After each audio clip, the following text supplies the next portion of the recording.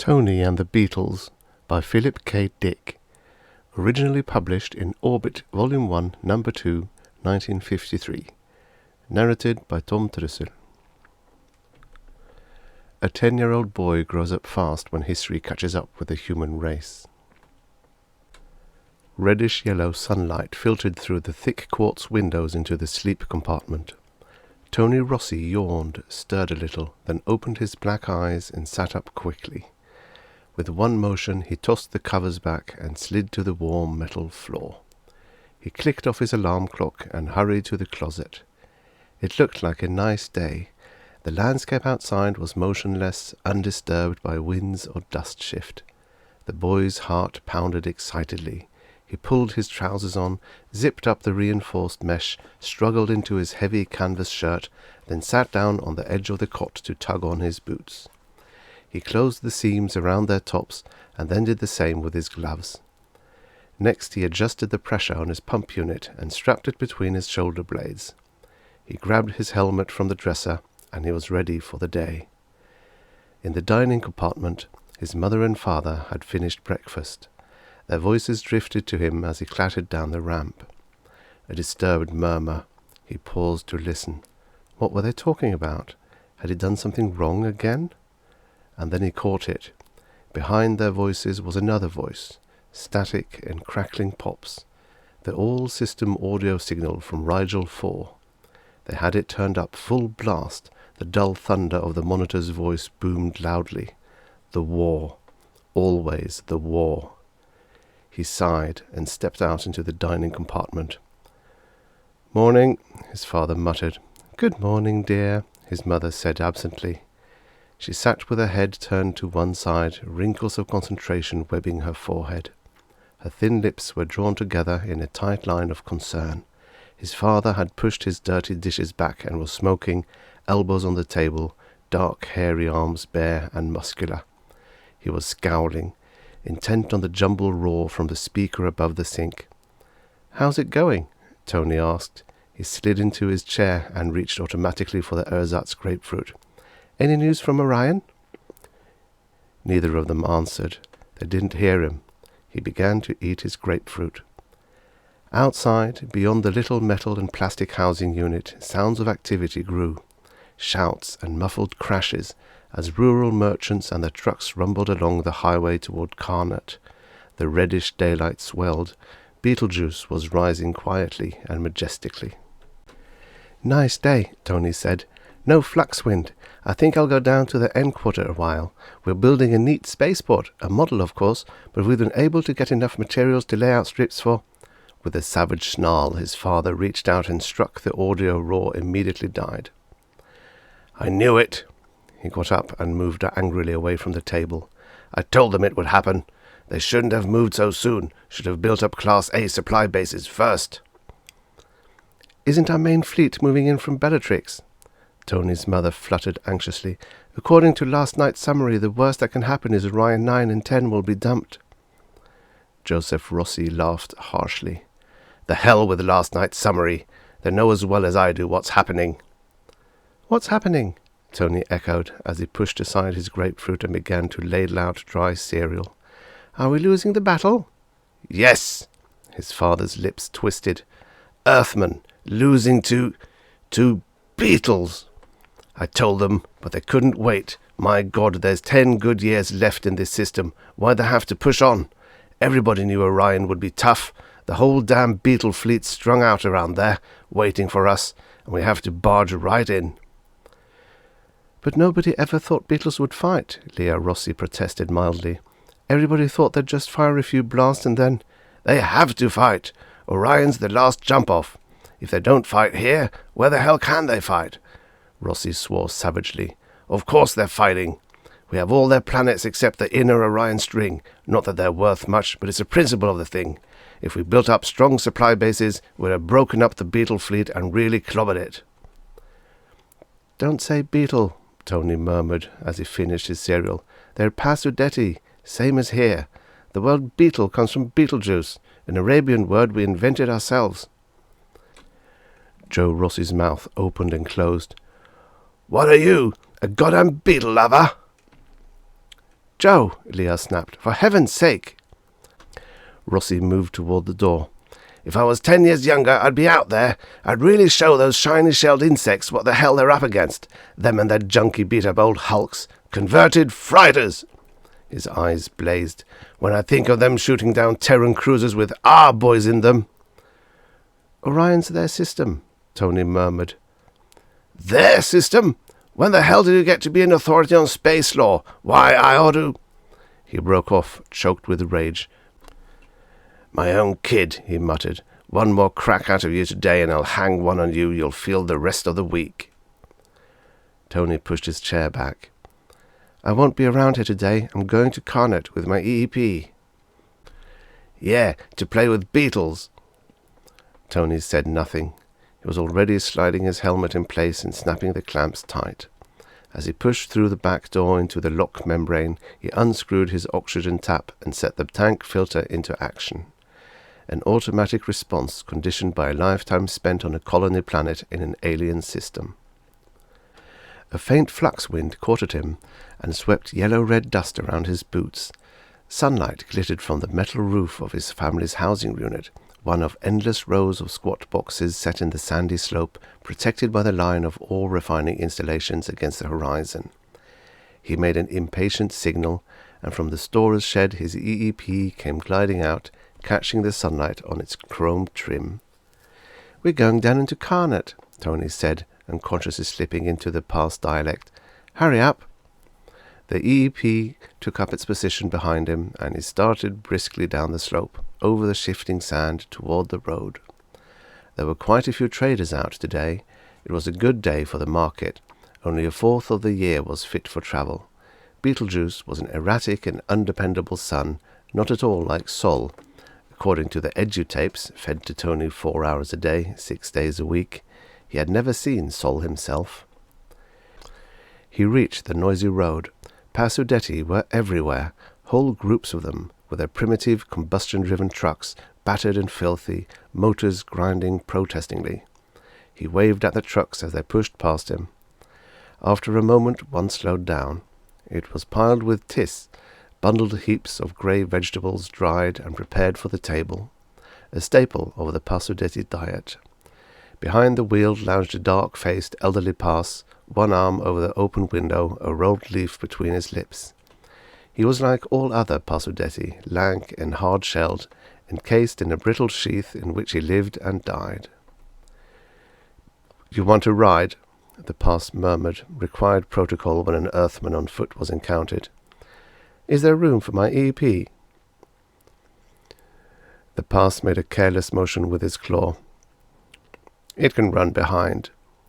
Sardonic amusement touched his ugly old face. If it gets to Carnet, we'll sell it for scrap. We can use a few condensers and relay tubing. We're short on electronic maintenance stuff. I know, Tony said solemnly as he climbed into the cabin of the truck. It's all been sent to the big repair base at Orion 1 for your war fleet. Amusement vanished from the leathery face. Yes, the war fleet. He turned away and started up the truck again. In the back, Tony's EEP had scrambled up on the load of tis and was gripping precariously with his magnetic lines. Tony noticed the Passudetti's sudden change of expression and was puzzled. He started to speak to him, but now he noticed unusual quietness among the other pass, in the other trucks behind and in front of his own. The war, of course. It had swept through this system a century ago. These people had been left behind. Now all eyes were on Orion, on the battle between the Terran warfleet and the Passudetti collection of armed freighters. Is it true, Tony asked carefully, that you're winning? The elderly pass grunted. We hear rumors. Tony considered. My father says Terra went ahead too fast. He said we should have consolidated. We didn't assemble adequate supply bases. He used to be an officer when he was younger. He was with the fleet for 2 years. The pass was silent a moment. It's true, he said at last, that when you're so far from home, supply is a great problem. We, on the other hand, don't have that. We have no distances to cover. Do you know anybody fighting? I have distant relatives. The answer was vague. The pass obviously didn't want to talk about it. Have you ever seen your Warfleet? Not as it exists now. When this system was defeated, most of our units were wiped out. Remnants limped onto Orion and joined the Orion fleet. Your relatives were with the remnants? That's right. Then you were alive when this planet was taken? Why do you ask? The old pass quivered violently. What business is it of yours? Tony leaned out and watched the walls and buildings of Carnet grow ahead of them. Carnet was an old city. It had stood thousands of years.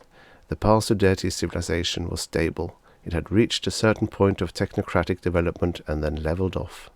The Pars had inter-system ships that had carried people and freight between planets in the days before the Terran Confederation. They had combustion-driven cars, audiophones, a power network of a magnetic type. Their plumbing was satisfactory, and the medicine was highly advanced. They had art forms, emotional and exciting. They had a vague religion. Who do you think will win the battle? Tony asked. I don't know. With a sudden jerk, the old pass brought the truck to a crashing halt. This is as far as I go. Please get out and take your EEP with you. Tony faltered in surprise.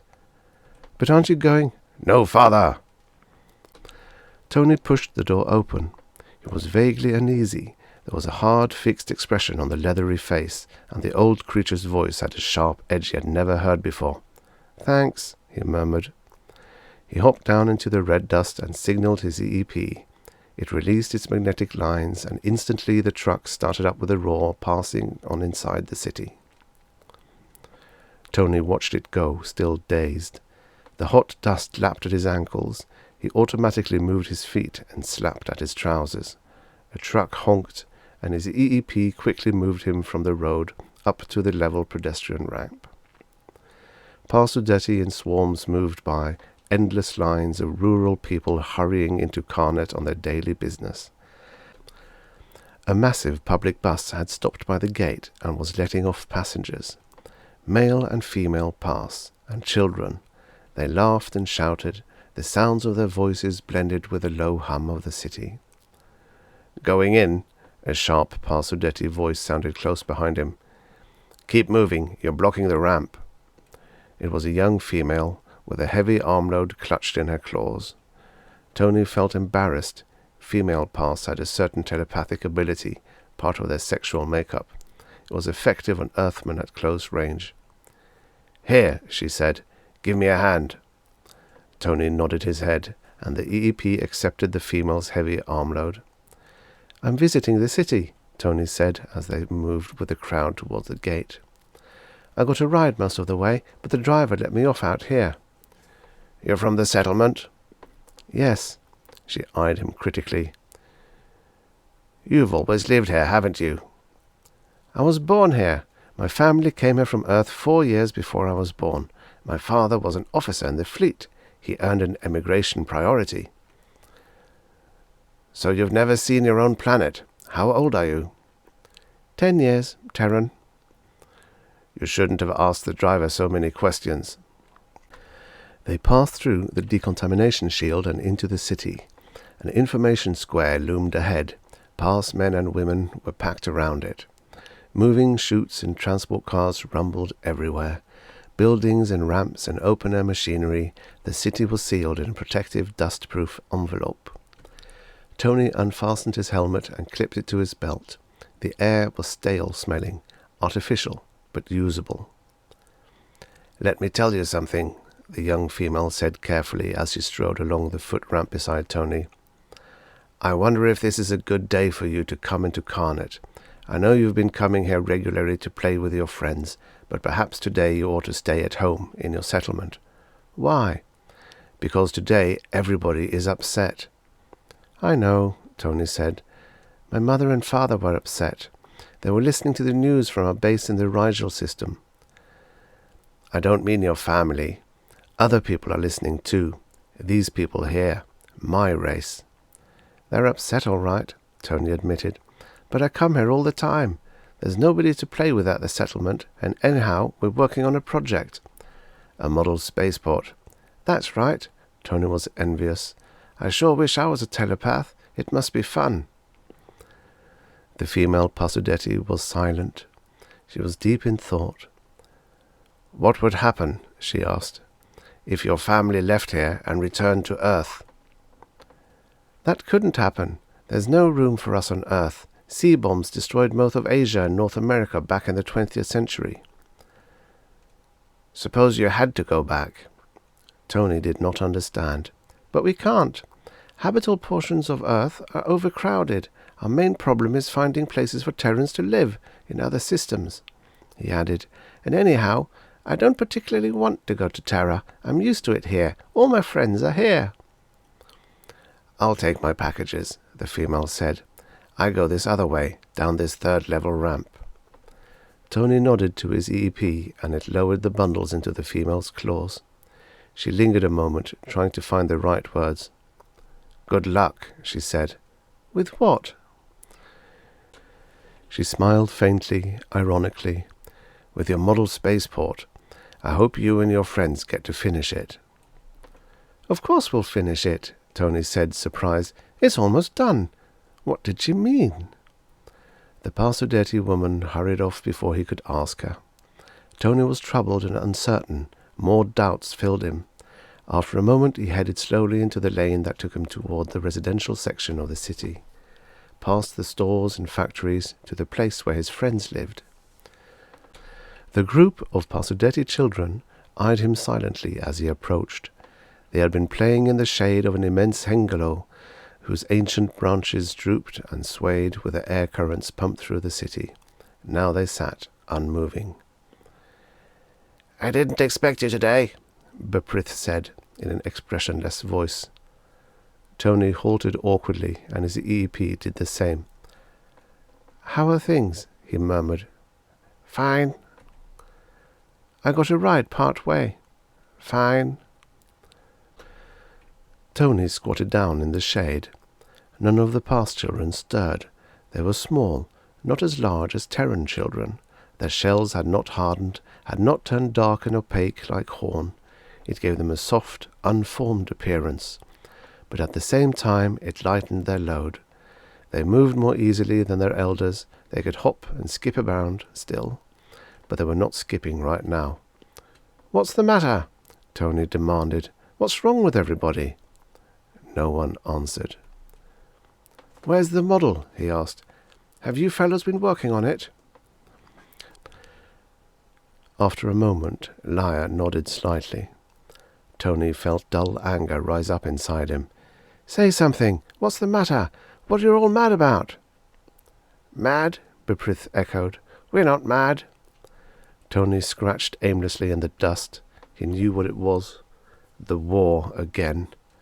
The battle going on near Orion. His anger burst up wildly. Forget the war. Everything was fine yesterday, before the battle. Sure, Lyra said. It was fine. Tony caught the edge to his voice. It happened 100 years ago. It's not my fault. Sure, Beprith said. This is my home, isn't it? Haven't I got as much right here as anyone else? I was born here. Sure, Lyra said tonelessly. Tony appealed to them helplessly. Do you have to act this way? You didn't act this way yesterday. I was here yesterday. All of us were here yesterday. What's happened since yesterday? The battle, Beprith said. What difference does that make? Why does that change everything? There's always war. There have been battles all the time as long as I can remember. What's different about this? Beprith broke apart a clump of dirt with his strong claws. After a moment he tossed it away and got slowly to his feet. Well, he said thoughtfully, according to our audio relay, it looks as if our fleet is going to win this time. Yes, Tony agreed, not understanding. My father says we didn't build up adequate supply bases. We'll probably have to fall back to... And then the impact hit him. You mean, for the first time in 100 years? Yes, Lyra said, also getting up. The others got up too. They moved away from Tony towards the nearby house. We're winning. The Terran flank was turned half an hour ago. Your right wing has folded completely." Tony was stunned. "And it matters. It matters to all of you." "Matters?" Beprith halted, suddenly blazing out in fury. "Sure it matters. For the first time in a century. The first time in our lives we're beating you. We have you on the run. You—" He choked out the word, almost splattered out. "You white grubs!" They disappeared into the house. Tony sat gazing stupidly down at the ground, his hands still moving aimlessly. He had heard the word before, seen it scrawled on walls and in the dust near the settlement. White grubs, the past term of derision for Terrans, because of their softness, their whiteness, lack of hard shells, pulpy, doughy skin. But they had never dared say it out loud before, to an Earthman's face. Beside him, his EEP stirred restlessly. Its intricate radio mechanism sensed the hostile atmosphere. Automatic relays were sliding into place, circuits were opening and closing. "It's all right," Tony murmured, getting slowly up. "Maybe we'd better go back." He moved unsteadily towards the ramp, completely shaken. The EEP walked calmly ahead, its metal face blank and confident, feeling nothing, saying nothing. Tony's thoughts were a wild turmoil. He shook his head, but the crazy spinning kept up. He couldn't make his mind slow down, lock in place. "Wait a minute," a voice said, Beprith's voice from the open doorway, cold and withdrawn, almost unfamiliar. "What do you want?" Beprith came toward him, claws behind his back in the formal Pasudeti posture, used between total strangers. "You shouldn't have come here today." "I know," Tony said. Beprith got out a bit of tis stalk and began to roll it into a tube. He pretended to concentrate on it. "Look," he said. "You said you have a right here, but you don't." Tony murmured. "Do you understand why not? You said it isn't your fault. I guess not, but it's not my fault either. Maybe it's nobody's fault. I've known you a long time." 5 years, Terran." Beprith twisted the stalk up and tossed it away. "Yesterday we played together. We worked on the spaceport, but we can't play today. My family said to tell you not to come here any more." He hesitated and did not look Tony in the face. "I was going to tell you anyhow, before they said anything." "Oh," Tony said. "Everything that's happened today, the battle, our fleet stand. We didn't know. We didn't dare hope. You see, a century of running. First this system, then the Rigel system, all the planets. Then the other Orion stars. We fought here and there, scattered fights. Those that got away joined up. We supplied the base at Orion. You people didn't know, but there was no hope. At least, nobody thought there was." He was silent a moment. "Funny," he said, "what happens when your back's to the wall and there isn't any further place to go? Then you have to fight." "If our supply bases—" Tony began thickly, but Beprith cut him off savagely. "Your supply bases? Don't you understand? We're beating you. Now you'll have to get out, all you white grubs, out of our system." Tony's EEP moved forward ominously. Beprith saw it. He bent down, snatched up the rock, and hurled it straight at the EEP. The rock clanged off the metal hull and bounced harmlessly away. Beprith snatched up another rock. Lyra and the others came quickly out of the house. An adult pass loomed up behind them. Everything was happening too fast. More rocks crashed against the EEP. One struck Tony on the arm. "Get out!" Beprith screamed. "Don't come back! This is our planet!" His claws snatched at Tony. "We'll tear you to pieces if you—" Tony smashed him in the chest. The soft shell gave like rubber, and the pass stumbled back. He wobbled and fell over, gasping and screeching. "Beetle!" Tony breathed hoarsely. Suddenly he was terrified. A crowd of Pasudeti was forming rapidly. They surged on all sides, hostile faces, dark and angry, a rising thunder of rage. More stones showered. Some struck the EEP, others fell around Tony near his boots. One whizzed past his face. Quickly he slid his helmet in place. He was scared. He knew his EEP's E-signal had already gone out, but it would be minutes before a ship could come.